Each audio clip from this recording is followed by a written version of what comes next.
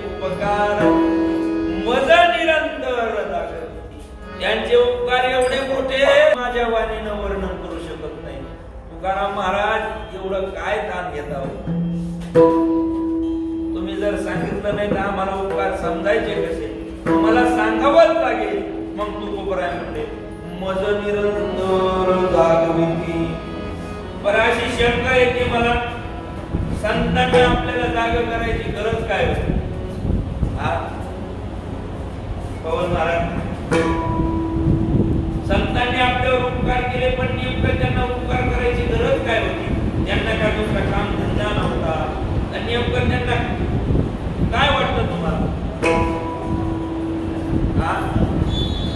अहो महाराज, ते उपकार करतात का करतात? त्यांना राहवत नाही. कारण हे तत्व आहे, कुत्र्याला गती, माणसाला प्रगती आणि संतांना अधोगती सहन होत. कुत्र्याला गती सहन होत नाही. का तुम्ही आता रस्त्याने कधी गाडी चालली असली, भरकन गाडी निघून जाती, पण ती गाडी पळाली की कुत्र काय करतं? त्याच्या मागे पळत. त्या गाडीचा कुत्र्याचा काही संबंध नसतो, पण ते पळाल्याशिवाय राहत नाही. का? त्याला गती सहन होत. जसं माणसाला प्रगती सहन होत नाही. आजकाल माणसं स्वतःच्या दुःखाने दुःखी नाही, दुसऱ्याच्या सुखाने दुःखी. मला 50 क्विंटल कापूस झाला याचा आनंद नाही, पण शेजाऱ्याला 60 कस का झाला याचं दुःख आहे. पण तुम्हाला सांगू, हे धन अन्नमान धन येतो ज्याच्या त्याच्या प्रारब्धाने ज्याला त्याला भेटत असतं. दुसऱ्या जळून काही फायदा नाही. आपल्याला भेटत नाही, मग आपण कशाला जायचं?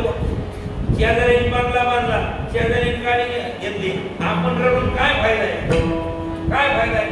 शेजाऱ्याने 3 ताळी बंगला बांधला, आपल्याच्याने नाही बांधावं, रडायचं काम नाही. या बंगल्याची जिंकून सावली पडत, तिकडून आपली बांधण्याची सावली टाकली, पुढच्या लोक चाळल्याने काही होणार आहे? अजिबात टेन्शन घ्यायचं नाही. कारण हे अन्नमान धन येतो प्रारब्धा आधी. महाराज, पण समाजात असं झालेलं आहे आता की महाराज कोणाचं चांगलं कोणाला पाहतच. एक पट्ट्यात मला पेढे घेऊन आला, म्हणलं महाराज पेढे घ्या. म्हणजे कशाचे? आमच्या भावाला लॉटरी लागली. म्हणजे काय? भावाला लॉटरी लागली. म्हणलं वा, काय माणूस चांगला आहे, भावाला लॉटरी लागली, तू पेढे वाटतो. आणि लॉटरी लागली म्हणून वाटीत नाही, लॉटरीचं तिकीट हरवलं म्हणून वाटीत नाही. लक्ष झालं तुमच्या? अवघड झालेलं आहे. अहो, माणसाला दुसऱ्याची प्रगती सहन होत नाही. दुसरं कोणी मोठं झालं की माणसाला सहनच होत नाही. तसंच संतांना अधोगती सहन. आज समाज ज्या वेळेला अधोगतीच्या मार्गाला जाऊ लागला, संतांना राहवत नाही. समाज त्यांचं ऐकत नाही, उलट त्यांना मागं बोलतो, त्यांना त्रास देतो. तरी सुद्धा ते आपल्याला पुन्हा पुन्हा सांगतात, जाग करतात. का? महाराज, ते आईचा अंतःकरण, आई वडिलांचा अंतःकरण आहे. मी नेहमी एक उदाहरण सांगत असतो. काय झालं? एका मुलाचं आणि आई वडिलांचं अजिबात बनत नव्हतं. मुलगा इकडच्या बाजूला राहत होता, आई वडील इकडच्या बाजूला राहत. अशी गल्ली होती आणि नेमकं दसऱ्याचे दिवस होते. या सुनाने काय केलं? दसरा काढला, सगळे डबे डुबे धुवून काढले, वाळण बाहेर. खेडेगावात मस्त असं बाजेवरती वाळू घातला. बाजेवरती मस्त तिनं वाळण वाळू घातलं. काय असेल, मटकी असेल किंवा काय असेल, तिनं सुंदर वाळू घातलं. आता त्या समोरच्या आई वडिलांचं आणि या मुलाचं सुनाला अजिबात बनत नाही. पण नेमकं काय झालं? ही बाई तिच्या कामात काम करू लागली, वाळण वाळू घालून, आणि नेमकं म्हाताऱ्यावर पाट्यावरती बसले. आणि एवढ्या शेजाऱ्याच्या सुटल्या शेळ्या. आता ते शेळे पाहुणीला म्हणावं लागलं, का शेळीचे चरणी किती पोट भरलेला असतो, ती शेळा हल्ल्याशिवाय राहतच नाही. आता तिने वाळण वाळू घातलेलं पाहिलं शेळे, त्या जशा आल्या तशा त्याच्यावर पिढ्या. हे कोणी पाहिलं? म्हातारे. आता खरं पाहिलं तर त्या म्हाताऱ्याचं लेखाचं सुनाचं अजिबात पटत नाही. पण मला सांगा, तरी सुद्धा ते म्हातारा ते शेळ्या हुसकीन का नाही हुसकीना? का हुसकीन?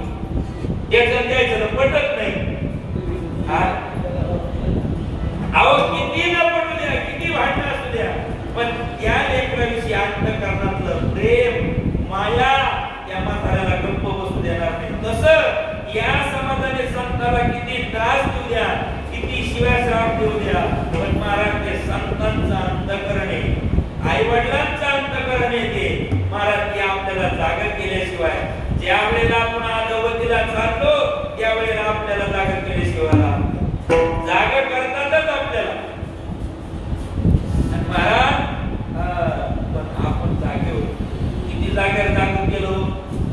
आता जागा रे बाई हो जागा, आता जागा रे बाई हो जागा, आता जागा रे बाई हो जागा, आता जागा रे बाई हो जागा. सुरजितल्या नारळी बा,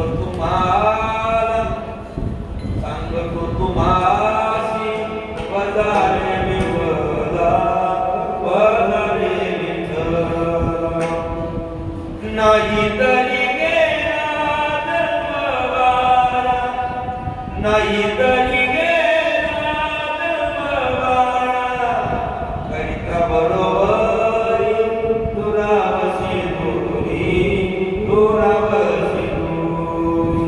जागाच नाही महाराज, अनेक ठिकाणी जागा केलं. कधी आपल्याला भीती दाखवून जागा करण्याचा प्रयत्न केला, कधी आपल्याला लाभ लोभ दाखवून जागा करण्याचा प्रयत्न केला, कधी शिवाय श्राप देऊन जागा करण्याचा प्रयत्न केला. पण जागते ती माणसं काय, हे लाभो की उत्पादो से हो ना महाराज. पहा तुम्ही प्रमाणे किती पुढे तुकोबारांनी महाराज आपल्याला भीती दाखवली, आपल्याला लाभ दाखवला. करा हरी भक्ती परलोकी येईल कामा, सोडवी यमा वासुनिया. त्या यमाच्या तावडीतून तुम्हाला कोणी सोडू शकत नाही, पण हरिभक्ती सोडू शकतो. जर हरीचं भजन केलं तर महाराज त्या काळाच्या काळाच्यातून तुम्ही वाचता, नाहीतर शक्य नाही. बरं याच्याही पेक्षा महाराज किती काही जागेवर आपल्याला भीती दाखवली, येणारी नाही काल मग दुसरा येईल. हे सोडते शेवटी बा, काळ बाजूला येईल सरते शेवटी बा. हे करणार मी आमचे काय वादाईल, आमचं काय वादाईल, तिच्या वादाईल.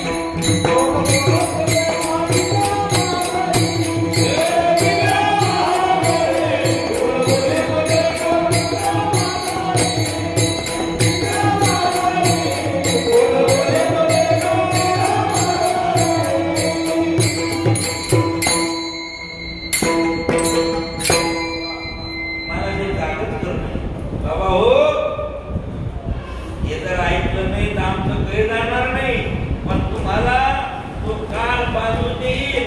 सावध व्हा. आता उघडी उघडी तरी अद्याप न कळेल. अहो आतापर्यंत तिला जाऊ द्या, पण आता तरी डोळे उघडा. महाराज आता तरी पुढे आजी उपदेश, आजी उपदेश नका करू ना अशा विषयाचा. अहो उठा जागे व्हावे आता, स्मरण करा पंढरीनाथा, भावे चरणी ठेवा माता, सुखविलता जन्माच्या. कर जोडून विनवितो तुम्हा, नका गुंतू विषय कामा, नका करू संसार समा. तुम्ही आठवा मधुसूदना. महाराज हे जाग करणार